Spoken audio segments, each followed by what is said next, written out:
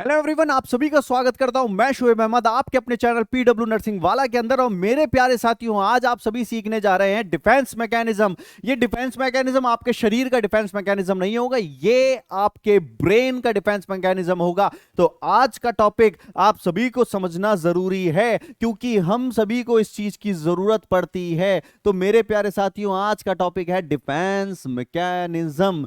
तो प्यारे साथियों, जनरली हम हमारा डिफेंस जो करते हैं वो हमारे शरीर का डिफेंस करते हैं। मान लीजिए कोई हमें मार रहा है तो हम ऐसे बच जाएंगे, बट दिमाग का डिफेंस कैसे होगा? देखिएगा, मैंने आपको समझाया था, एक होता है ब्रेन, एक होता है माइंड। ब्रेन का मतलब क्या था? एनाटॉमिकल स्ट्रक्चर, कि एनाटॉमिकली आपका ये जो पूरा है कितनी लेयर से बना, कितना इसके पार्ट्स है। बट यहां जब इसकी बात आती है कि ये काम क्या करता है, तो माइंड की बात आती है। मेरे प्यारे साथियों, साइकेट्री एक ऐसा सब्जेक्ट है जिसके अंदर एक इंसान साइकेट्रिक पेशेंट कब बन जाता है? जब वो स्ट्रेस से गुजरता है। किसके जरिए गुजरता है? स्ट्रेस से गुजरता है। देखिए, जनरली स्ट्रेस क्या होता है? तकलीफ।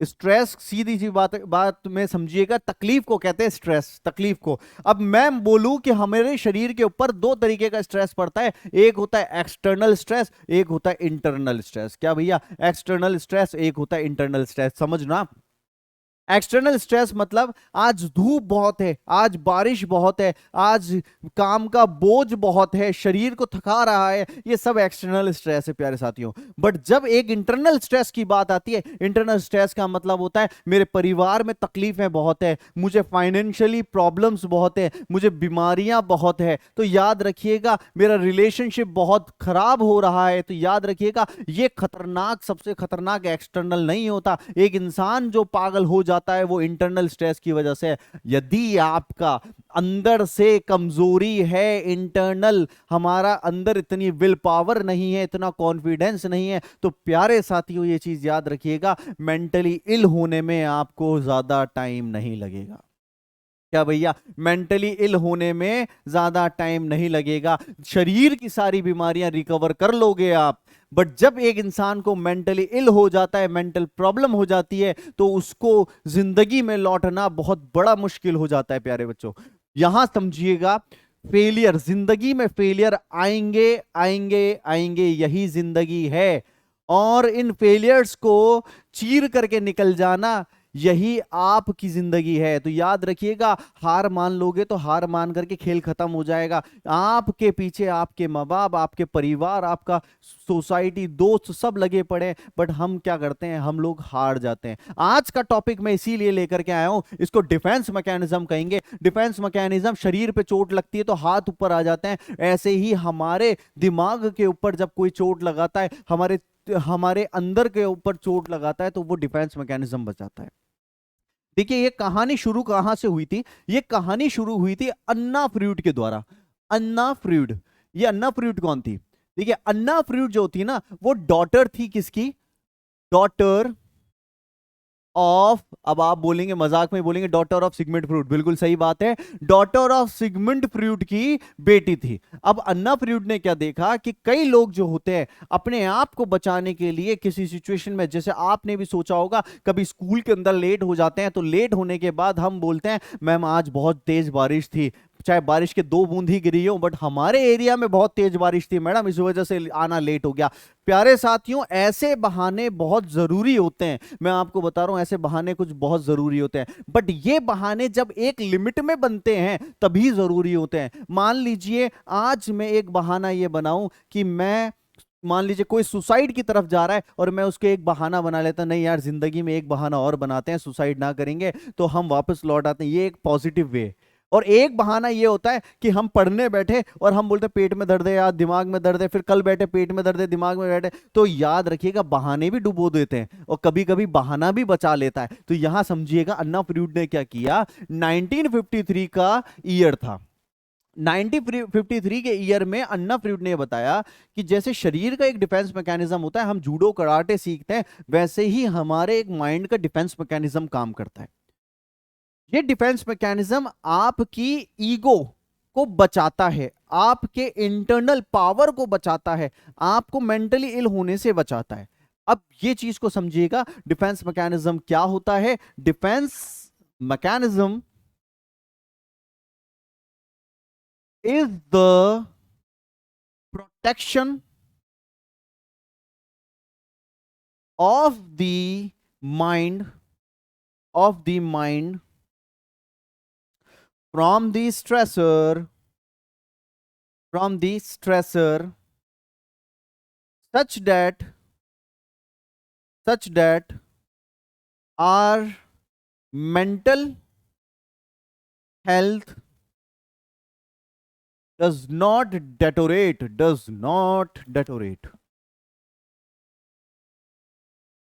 तो प्यारे बच्चों यहां चीज यहां समझना, डिफेंस मैकेनिज्म अन्ना फ्रूड ने दिया था 1953 के अंदर। सिगमंड फ्रूड की बेटी थी, उन्होंने ये बताया कि हम कुछ ऐसे बहाने बनाएंगे जिसके द्वारा हमारे मेंटल, हम स्ट्रेस वाली कंडीशन में चले जाएं, एक बहुत खतरनाक सिचुएशन में चले जाएं, तो उस सिचुएशन से हम निकल सकते हैं, हम उस सिचुएशन से निकल सकते हैं। अब देखिएगा, मैं कुछ आपको अलग अलग डिफेंस मैकेनिज्म बता रहा हूं, आप लोग एनालाइज कीजिएगा आप कौन सा यूज करते हैं। सबसे पहला डिफेंस मैकेनिज्म आता है हमारा कंपनसेशन। ये नॉट सेट के लिए इंपॉर्टेंट इसलिए है क्योंकि आपके कई बार सवाल जो होते हैं ना, जो मैं आपको डिफेंस मैकेनिज्म समझाऊंगा, इन पे से सवाल उठ जाता है कि आपका पेशेंट जो है वो अपने, किसी ने उससे लड़ लिया, वो अपना गुस्सा ना दिखा करके वो फिजिकली हो गया, अंदर से बोलना नहीं चाहता बट फिजिकल हो गया, क्या कहलाएगा। तो वेरियस आपके सवाल पूछे जाएंगे। पहला सवाल आपका कंपनसेशन के ऊपर है प्यारे बच्चों। किसके ऊपर? कंपनसेशन के ऊपर। कंपनसेशन का मतलब क्या होता है समझिएगा जरा, कि एक इंसान स्कूल के अंदर बहुत ज्यादा डफर है, उसको इंग्लिश नहीं आती, डफर है, वो बिल्कुल ही डफर है। अब वो इंसान क्या करेगा, वो किसी चीज के प्रति अपना रुझान, दूसरी चीज के प्रति रुझान रखा, जैसे कि वो मान लीजिए क्रिकेट के अंदर वो पहुंच गया, तो क्रिकेट के अंदर वो बिल्कुल मास्टर ब्लास्टर बन जाएगा। तो यहां समझना, किसी चीज के अंदर कमजोर हो बट वो कमजोरी को अपने आप के ऊपर नहीं हावी होने दिया, तो आपने एक डिफेंस मैकेनिज्म लगाया कि मैं बैटिंग करूंगा, बॉलिंग करूंगा, इतनी शानदार करूंगा कि कोई मेरा पीछा नहीं कर पाएगा। तो आपने क्या किया, उसमें कमजोर थे, उसमें दबने लगे थे, यहां अपना अच्छा ग्रोथ किया, और जब अच्छा ग्रोथ किया तो आपने पूरी दुनिया की वाहवाही लूटी, और इसी काम में आपने क्या किया, अपने आप को डूबने से बचा लिया यहां से काम में। तो कंपनसेशन का मतलब होता है किसी सेक्टर में आप कमजोर हैं तो दूसरे सेक्टर में बेहतरीन कर जाएंगे। ये एक पहला डिफेंस मैकेनिज्म है। It is a defence mechanism, it is a defence mechanism in which a person has some weakness in one field, but he is successful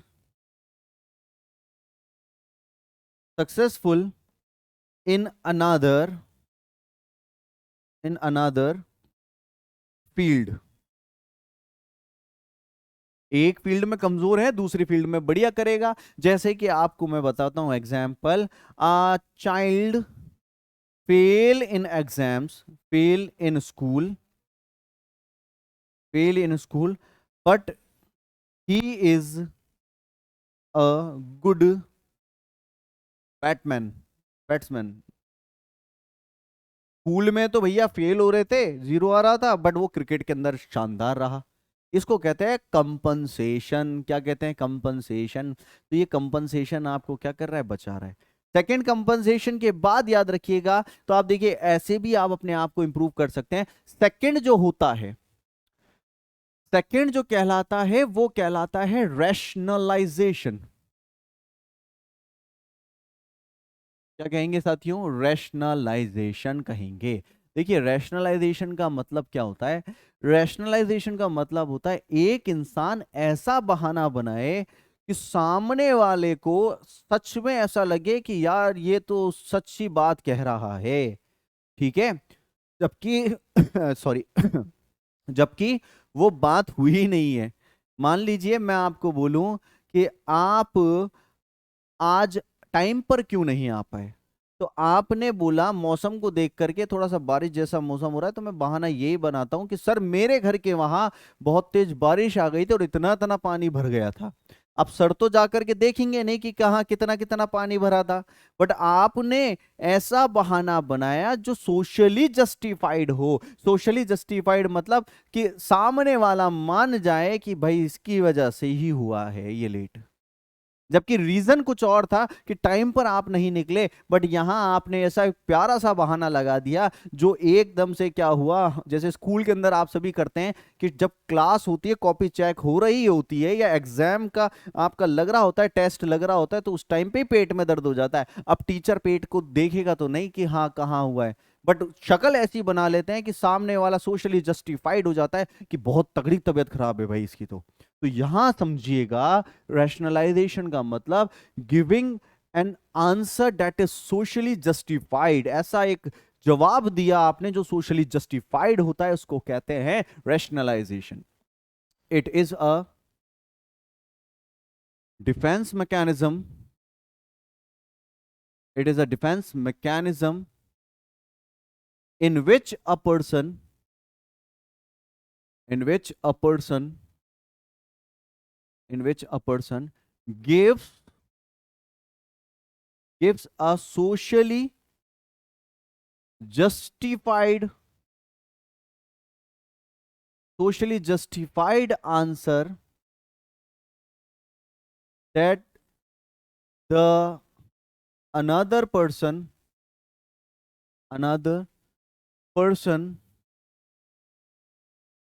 will admire it। ठीक है, वो ऐसा सोशली जस्टिफाइड आंसर देगा, सामने वाला admire करेगा। हो सकता है यार जैसे कि why are you late, why are you late, answer क्या आएगा? यहां आंसर आया ड्यू टू हैवी रेनफॉल। आप लेट क्यों हैं? आप लेट हैं हैवी रेनफॉल की वजह से, क्योंकि उसने देखा मौसम ऐसा है तो मौसम का ही बहाना लगा देते हैं। तो ये रैशनलाइजेशन है डियर। क्या है? रैशनलाइजेशन। तो देखो, पहले तो किसी में कमजोर थे तो दूसरे में फायदा बढ़िया करा आपने, यहाँ रैशनलाइजेशन में ऐसा बहाना बनाया जो सोशली अप्रूव्ड है। तीसरे पे आ जाइएगा। थर्ड हमारा होता है जिसको आप कहेंगे प्रोजेक्शन। क्या कहेंगे भाई? प्रोजेक्शन कहेंगे।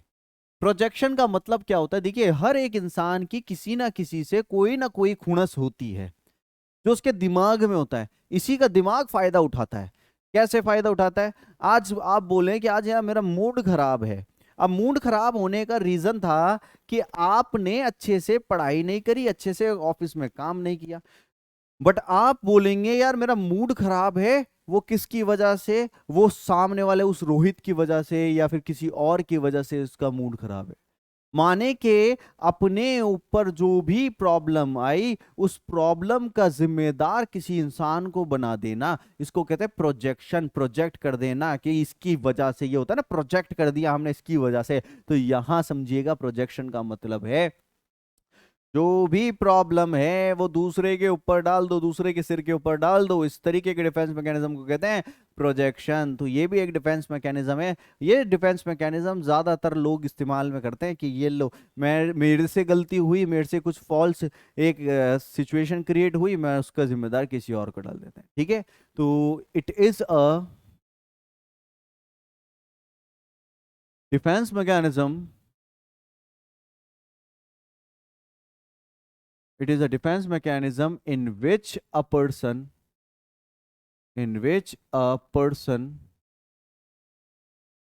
passes the blame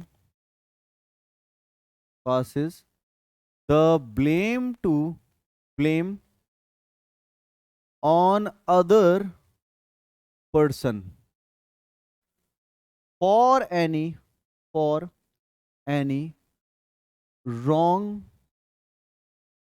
wrong situation or happening। ठीक है, कोई रॉन्ग सिचुएशन या रॉन्ग हैपनिंग, कुछ भी गलत हुआ, वो आपसे बट आप जिम्मेदारी डालोगे सामने के ऊपर। तो इसको क्या कहते हैं? इसको कहते हैं प्रोजेक्शन। प्रोजेक्ट कर देना दूसरे की तरफ। आपने क्या कर दिया? आपने प्रोजेक्ट कर दिया कि गलती हुई है तो वो इसकी वजह से हुई है, तो किसी और पे ब्लेम डालना, ब्लेम डालना, इसको कहते हैं प्रोजेक्शन। चौथा आपकी कंडीशन जो आती है वो कंडीशन कहलाएगी displacement. Displacement.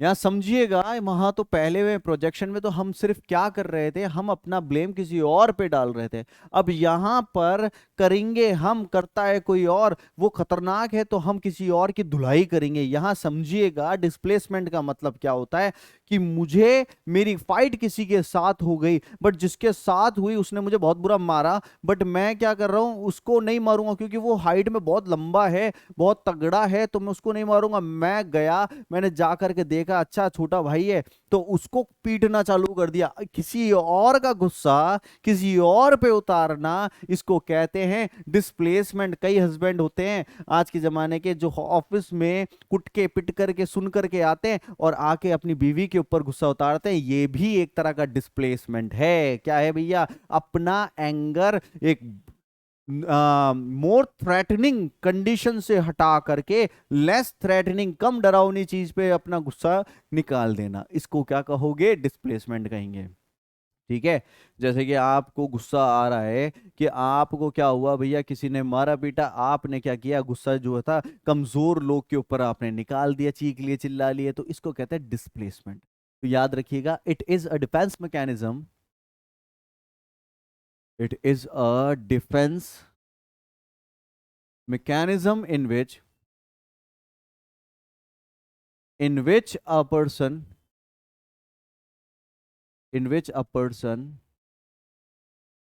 direct their anger anger from more threatening person या situation to less threatening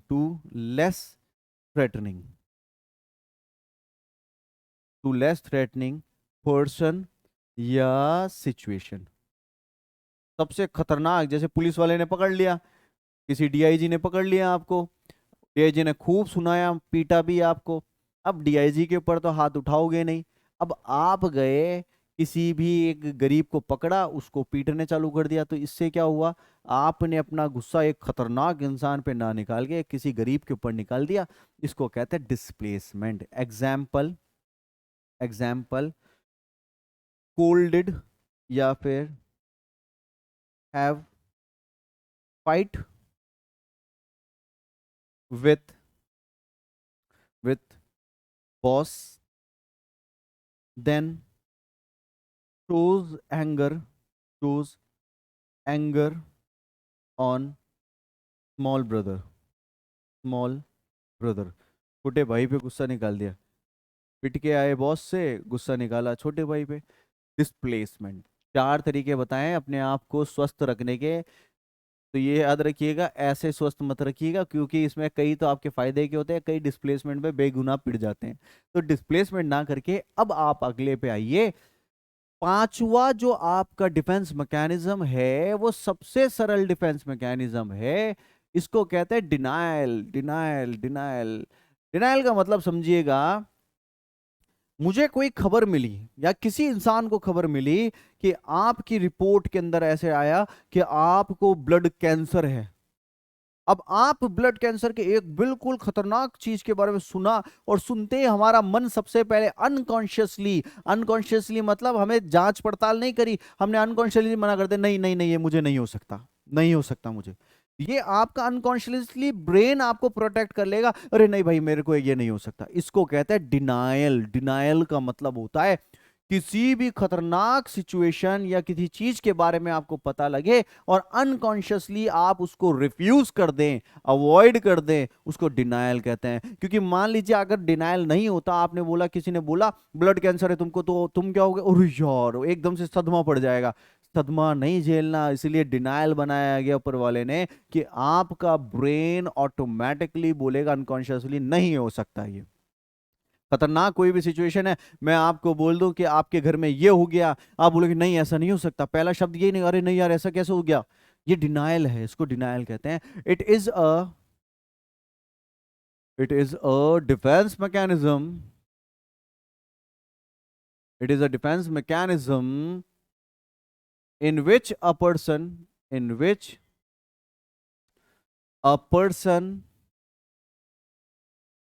unconsciously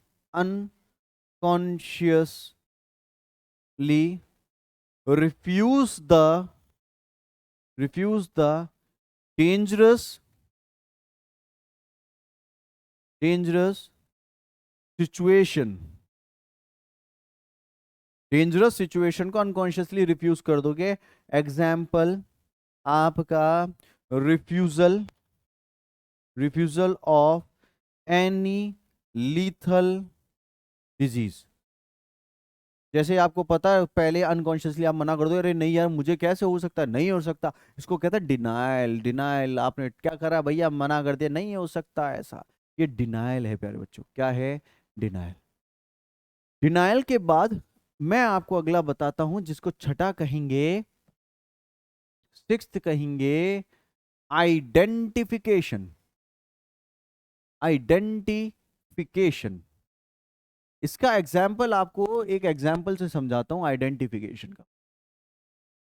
नए जमाने के जो लोग हैं, नए पीढ़ी जो है, वो आज से 50 साल पुराने गानों को पसंद नहीं करती, बट आज की पीढ़ी वो है जो आज के नए नए मूवीज को पसंद करती है। इसका समझना लॉजिक क्या है, जब आप हॉल के अंदर बैठते हैं, मूवी देखने के लिए बैठते हैं, तो आप अपने आप को रिजेंबल करते हैं एक्टर से।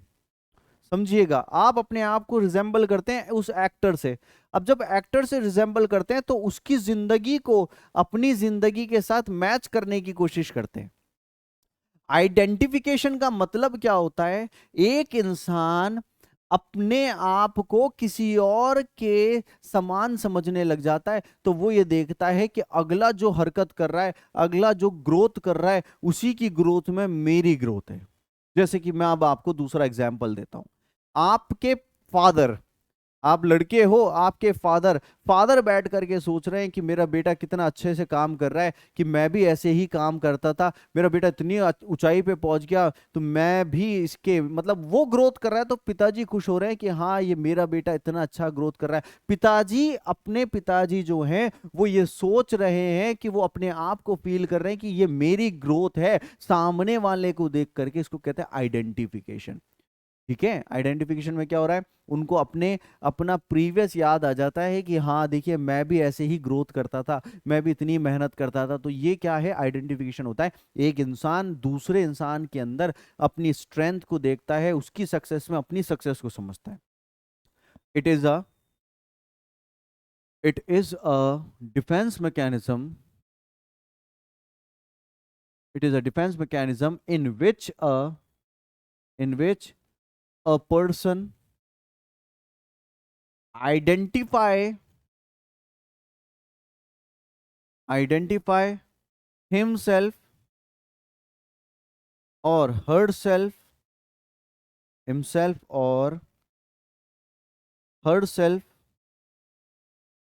in the success of another person.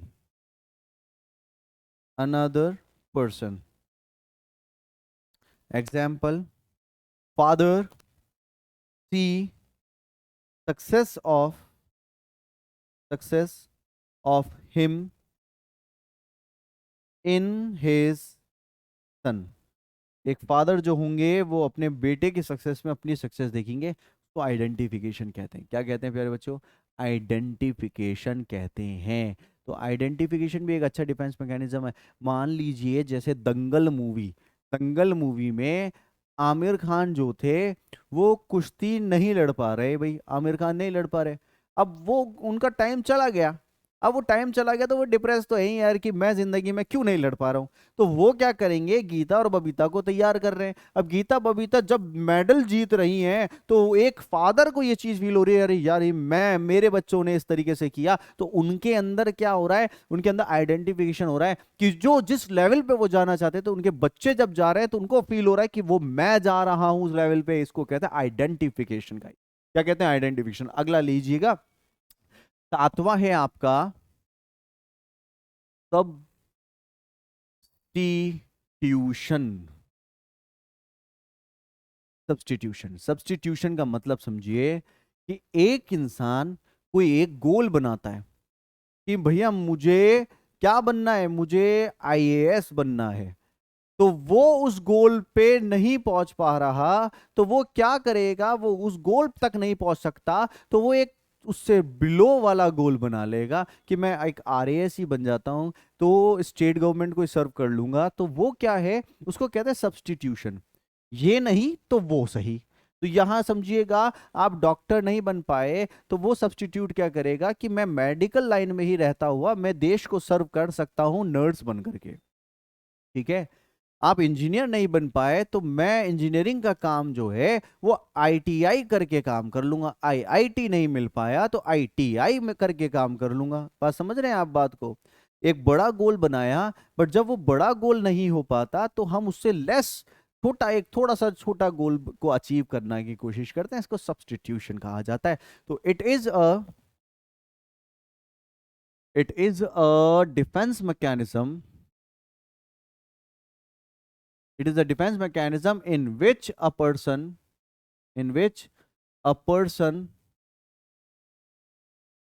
a person moves from major goal to a major goal to a below goal, below goal और डिजायर। एक इंसान बड़े गोल से छोटे गोल की तरफ, बिलो उससे नीचे वाले गोल की तरफ मूव कर जाए, इसको सब्स्टिट्यूशन कहते हैं। Example, a person wants to be a IITian but but become ITI person। तो देखो करना क्या था बट कर क्या लिया, उसको सब्स्टिट्यूशन कहते हैं। क्या कहते हैं, सब्स्टिट्यूशन कहेंगे। ठीक है। सब्स्टिट्यूशन में क्या होता है, एक बड़े डॉक्टर बनना था, डॉक्टर की जगह मैं नर्स बन गया। मुझे नर्स बनना था तो मैं नर्सिंग ना करके मैंने डीएमएलटी कर लिया। मुझे डीएमएलटी करना था, मैंने डीएमएलटी नहीं किया। तो ये याद रखिएगा, एक कोई टारगेट सेट किया था, उससे नीचे वाले टारगेट की तरफ आ रहे हैं, उसको सब्स्टिट्यूट कर दिया आपने, वो ना लेके ये ले लिया। ये होता है सब्स्टिट्यूशन कहा जाता है। सब्स्टिट्यूशन के बाद आपका आठवां जो आता है, आठवें की तरफ चलिएगा। आठवां जो होता है आपका, प्यारे बच्चों, क्या आठवां जो होता है हमारा, वो आठवां किस प्रकार से होता है कि आपका रिप्रेशन कहा जाएगा। क्या कहा जाएगा, रिप्रेशन। अब देखिए रिप्रेशन का मतलब क्या होता है। एक पर्सन जो होगा वो क्या काम करेगा, कोई उसके जिंदगी में कोई अनहोनी हुई, क्या हुई भाई, कोई अनहोनी हुई। अब कोई अनहोनी जब होगी तो उस अनहोनी को वो उसका माइंड ऑटोमेटिकली भुलाना चाहेगा, अनकॉन्शियसली भुलाना चाहेगा। अनकॉन्शियसली भुलाना चाहेगा। उसको क्या कहते हैं, उसको उसको कहते हैं, उसको कहते हैं आपका रिप्रेशन। तो रिप्रेशन का मतलब क्या है प्यारे बच्चों, रिप्रेशन का मतलब क्या होता है कि अनकॉन्शियसली, जैसे मानिए किसी का डाइवोर्स हुआ। अब डाइवोर्स हुआ तो वो उस चीज को रिमेंबर नहीं करना चाहता, माइंड अपने आप उसको डिलीट कर रहा है। एक बैड यादें जो होती है, बुरी यादें, उसको डिलीट कर रहा है, उसको रिप्रेशन कहा जाता है। क्या कहा जाता है, रिप्रेशन। तो यहां देखिएगा, it is a defense mechanism in which a person in which a person in which a person in which a person unconsciously unconsciously forgets the mishappening or painful situation। तो यहां देखिएगा, यहां हो क्या रहा है, जैसे किसी का डाइवोर्स किया था तो वो एक मिस हैपनिंग थी, एक पेनफुल सिचुएशन थी, तो दिमाग ऑटोमेटिकली जब भुलाता है उस कंडीशन को, तो कहते हैं रिप्रेशन, कि हमें वो दिमाग आने ही नहीं दे रहा उन तकलीफों को, तो ये रिप्रेशन होता है। इसके बाद एक सिचुएशन आती है, नाइन्थ सिचुएशन, जिसको कहते हैं सप्रेशन। ये दोनों याद रखिएगा, रिप्रेशन और सप्रेशन, इसमें कंफ्यूज नहीं होना। अब सप्रेशन का मतलब क्या था कि एक लेडी का डाइवोर्स हुआ और वो बैठी हुई है और उसके फ्रेंड बोल रहे हैं कि क्या हुआ तुम्हारे डाइवोर्स के बारे में, तो वो क्या करेंगे, यार मैं उस चीज के बारे में बात नहीं करना चाहती। कॉन्शियसली किसी पॉइंट को रिफ्यूज करना, उस यादों को आने ही नहीं देना। मैं कॉन्शियस हूं, मैंने यादों को आने ही नहीं दिया, नहीं यार मैं नहीं चाहता मैं उस चीज के बारे में बात करूं, इसको कहते हैं सप्रेशन। रिप्रेशन में तो क्या था, दिमाग ऑटोमेटिकली भुलाना चाह रहा है, ऑटोमेटिक प्रोसेस है, बट सप्रेशन में क्या कर रहा है, हमें याद है, हम उस बात को दोबारा दिमाग में नहीं आने देंगे, इसको कहते हैं suppression. It is a defence mechanism in which a person tries to try to consciously avoid the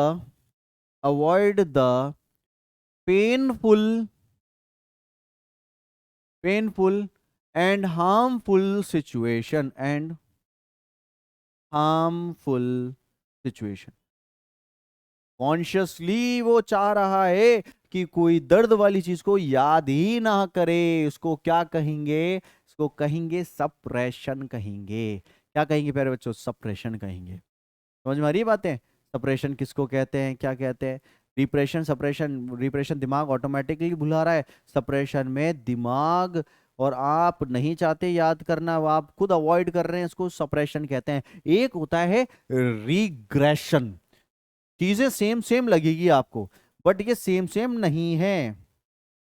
अगला क्या है, अगला है 10वां। तो 10th देखिएगा, रिग्रेशन। रिग्रेट होता है ना, हम रिग्रेट करते हैं इस चीज को, वो समझना रिग्रेशन का मतलब क्या होता है। आपने किसी इंसान को डांटा, अच्छे से डांटा, कम करके डांटा। अब जब डांटा तो वो डांटते, एक मैच्योर इंसान है, मान लीजिए कोई 40 साल का इंसान है, मैंने उसको ये बोल दिया कि आपको थोड़ा सा तमीज नहीं है बात करने की, और वो बच्चों की तरह रोने लग गया, बुरी तरीके से रो रहा है, चीख रहा है, अरे भैया बच्चों की तरह रो रहा है। रिग्रेशन का मतलब क्या होता है, जब आप किसी सिचुएशन में पहुंचे और वो सिचुएशन में जा करके आप एक इमेच्योर बच्चे की तरह इमेच्योर तरीके से उधम मचाने लग जाए, रोने धोने लग जाए, इसको रिग्रेशन कहते हैं। क्या कहते हैं, रिग्रेशन कहते हैं। जैसे कोई भी बात हुई, आपकी लड़ाई हो गई या कुछ भी हो गया और आप चीख चीख के रो रहे हैं, आप एक प्रोफेशनल इंसान है, आपको किसी ने बोल दिया थोड़ा सा भी कि आप इधर से इधर बैठ जाइए, अब आप उस चीज में बहुत बुरी तरीके से मैच्योर तरीके से रो रहे धो रहे हैं, इसको कहते हैं रिग्रेशन। एक मैच्योर इंसान किसी सिचुएशन में जाके इमैच्योर तरीके से बिहेव करे। It is a defence mechanism in which a person in which a mature person mature person behave like a immature immature immature immature person in a critical situation जैसे कि lift में light चली गई, आप बिल्कुल एक young adult हो, आप लाइट चली गई तो आप लाइट जाते ही आप एकदम से लिफ्ट में रो रहे हो, चीख रहे हो, चिल्ला रहे हो, है ना भाई। तो मैच्योर थे, एक सिचुएशन आई उसमें मैच्योर बन गए बिल्कुल ही। इसको कहते हैं रीग्रेशन, कहते हैं, क्या कहते हैं, रीग्रेशन। रीग्रेशन के बाद आपकी एक डिफेंस मैकेनिज्म आता है, 11वां डिफेंस मैकेनिज्म। इसको कहते हैं फैंटेसी, फैंटेसी या फिर day dreaming, day dreaming, fantasy या डे ड्रीमिंग। अब देखो फैंटेसी या डे ड्रीमिंग का क्या खेल होता है। हमें जिस चीज से तकलीफ होती है, हम उसके प्यारे प्यारे सपने देखने लग जाते हैं। पैसे नहीं है आज आपके पास, मान लीजिए फाइनेंशियली आप फिट नहीं है, तो हम उस टेंशन को, फाइनेंशियली प्रॉब्लम है, प्रॉब्लम, उस टेंशन को हम क्या करेंगे, हम एक ख्वाब देखने लग जाएंगे। डे ड्रीमिंग होता है जगती हुई खुली आंखों से सपने देखना। खुली आंखों से सपने देखना मतलब हम बैठ करके सपना देख रहे हैं, हाँ मैं बहुत पैसे वाला हो रहे यार, इतना पैसा आ जाएगा तो ऐसा हो जाएगा। मतलब एक अंदर ही एक खुशी को अपने आप को देना कि हाँ, जबकि वो खुशी नहीं है बट फिर भी खुशी देना, आप डे ड्रीमिंग कहलाते हैं। हमारे पास कार नहीं है तो हम सोचते रहे यार ये कार आ जाए तो याद रखिएगा, ऐसा जो सपना होता है ना, मीठे मीठे सपने, आंखें खुली आंखों से मीठे सपने देखना, ये भी एक डिफेंस मैकेनिज्म है। आपको मान लीजिए आपको तकलीफ हो रही है, तो तकलीफ में आप देखिएगा, डे ड्रीमिंग का मतलब सपना है, एक गाना चल रहा है तो उस गाने को भी फील करते हैं, अच्छा ऐसा है, तो गाने के अंदर भी अपन भी घूम रहे हैं, अपन भी हीरो बन गए गाने के अंदर, तो ये याद रखिएगा, ये डे ड्रीमिंग है। ठीक है, आपका आंखें खुली है पर दिमाग कहीं और जा रहा है। सपने के अंदर आप देखते हैं, क्लास के अंदर बैठते हैं बच्चे, सामने तो आपकी पढ़ाई चल रही है बट ख्वाबों में आपके कुछ और चल रहा है, जिंदगी जी रहे हो आप। तो याद रखिएगा, ये डे ड्रीमिंग है, fantasy. It is a defence mechanism in which a person, सपना तो क्या होता है, ऑटोमेटिक दिमाग में आता है, यहाँ तो पर्सन क्रिएट करता है। A person creates a dream for his joy and decreasing tension, decreasing tension. तो यहाँ पर एक इंसान जो है, वो खुद के जॉय के लिए, मजे के लिए और टेंशन कम करने के लिए एक सपना क्रिएट कर लेता है। इसको डे ड्रीमिंग कहते हैं। क्या कहते हैं भैया, डे ड्रीमिंग कहते हैं। अगला आपके लिए आ रहा है 12वां नंबर। 12वां नंबर है जिसको कहेंगे इंटेलेक्चुअलाइजेशन। क्या कहेंगे भैया, इंटेलेक्चुअलाइजेशन, इंटेलेक्चुअलाइजेशन। इंटेलेक्चुअलाइजेशन का मतलब क्या होता है, इंटेलेक्चुअलाइजेशन का मतलब होता है, स्कूटी लेकर के जा रहा था मैं, जाते जाते मैंने क्या किया, किसी गाड़ी वाले ने मुझे गिरा दिया, या फिर आप स्कूटी लेकर के जा रहे थे, किसी बैल ने आपको गिरा दिया। अब जब बैल ने आपको गिराया, तो एक तो समझदारी ये होती है कि हम गिरे, गिरने के बाद हमारे माइंड को, कॉग्निटिव प्रोसेस को इस्तेमाल में किया, कपड़े झाड़े, क्योंकि बैल को मारने से आपका कुछ नहीं होगा, बिगड़ेगा ही बिगड़ेगा। तो आपने क्या देखा कि नुकसान तो हो गया, अब मैं मैच्योर तरीके से दिमाग का इस्तेमाल करता हूं, कपड़े झाड़े, गाड़ी उठाई, सीधे चल दिए। इसको कहते हैं इंटेलेक्चुअलाइजेशन। इंटेलेक्चुअलाइजेशन में मतलब कॉग्निटिव प्रोसेस का इस्तेमाल कीजिए। किसी पुलिस की गाड़ी ने आपको टक्कर दे दी, अब आप उठ करके जाएं, गाड़ी को पटके और जाके पुलिस वालों को पीटने लग जाएं, तो ये बेवकूफी होगी, धुलाई आपकी ही होगी। तो यहां समझिए, जहां आपको दिमाग का इस्तेमाल लिया जा रहा है एक पेनफुल सिचुएशन से निकलने के लिए, उसको इंटेलेक्चुअलाइजेशन कहते हैं। It is a defence mechanism, it is a defence mechanism in which a person, in which a person uses cognitive ability to to decide right or wrong, to decide right or wrong decision in stressful condition, stressful condition। भाई ऐसे आपको समझाऊं, आपने decide कर लिया suicide करना है, depression में चल रहे हो, सुसाइड करना है। फिर आपके दिमाग ने थोड़ी देर बैठा और दिमाग ने बोला कि यार सुसाइड से क्या होगा, एक और बार अटेम्प्ट करते हैं। तो जैसे ही आप अटेम्प्ट की तरफ गए, दिमाग का इस्तेमाल लिया, एक अच्छाई की तरफ गए, ये इंटेलेक्चुअलाइजेशन, आपका दिमाग बहुत स्पीड में काम किया। तो वो 12वां है इंटेलेक्चुअलाइजेशन। इंटेलेक्चुअलाइजेशन के बाद 13वां जो आता है, 13, ये होता है रिएक्शन फॉर्मेशन। कई लोगों के अंदर ये गुण होता है रिएक्शन फॉर्मेशन का, रिएक्शन फॉर्मेशन का।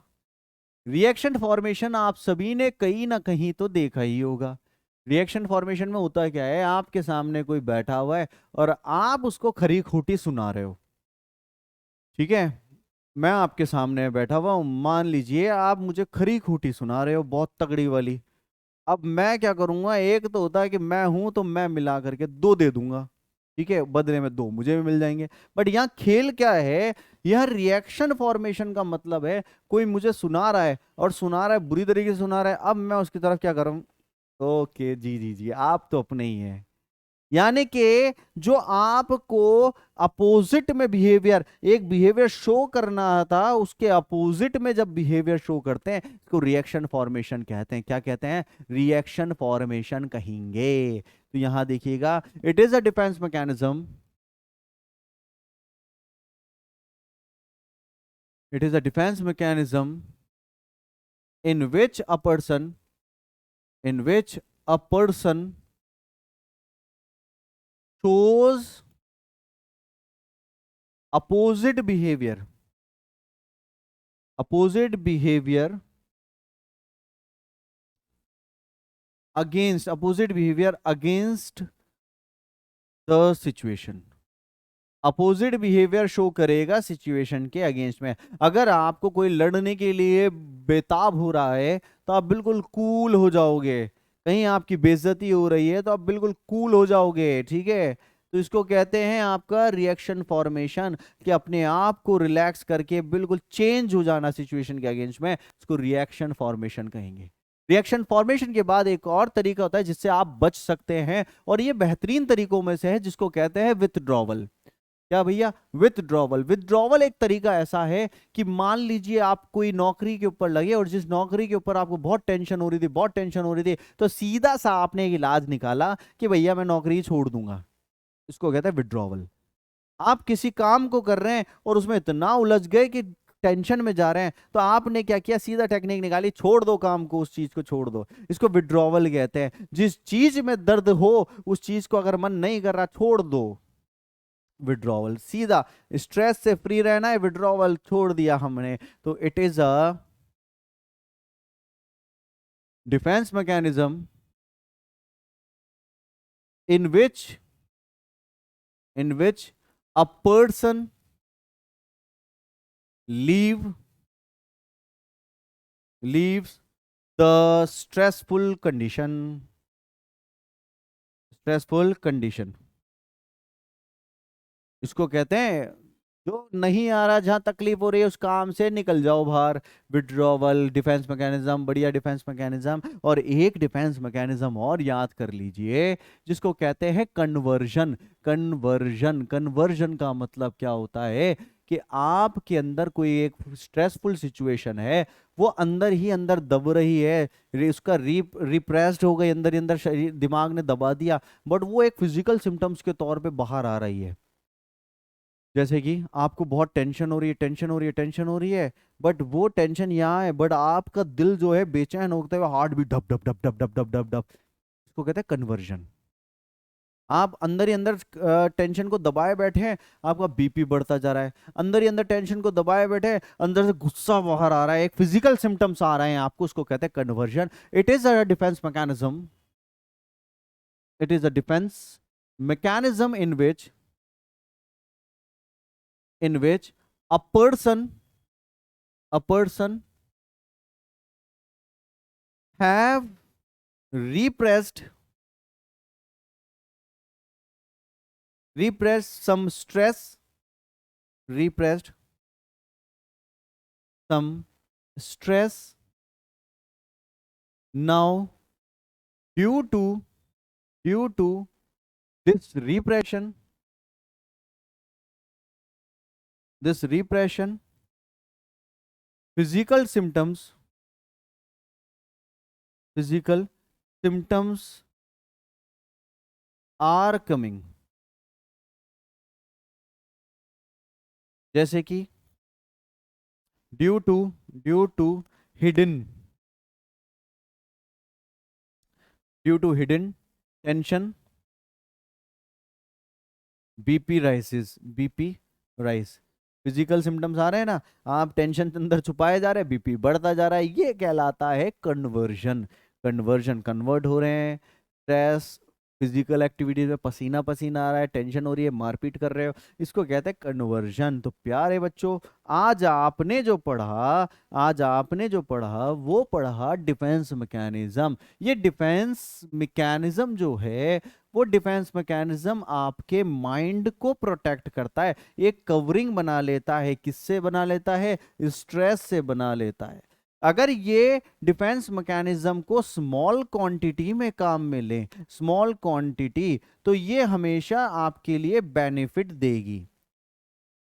यदि यही डिफेंस मैकेनिज्म को लार्ज स्केल पे यूज में लोगे तो ये आपको बर्बाद कर देगी, डिस्ट्रॉय कर देगी। क्योंकि इसके अगर यही इस्तेमाल में लेने लग गए तो आप जिंदगी में कुछ नहीं कर पाओगे। तो यहां प्यारे बच्चों, आप उतना ही इस्तेमाल में लो जिससे आपको मेंटली हेल्दी रहो और अपनी ग्रोथ करवा पाओ।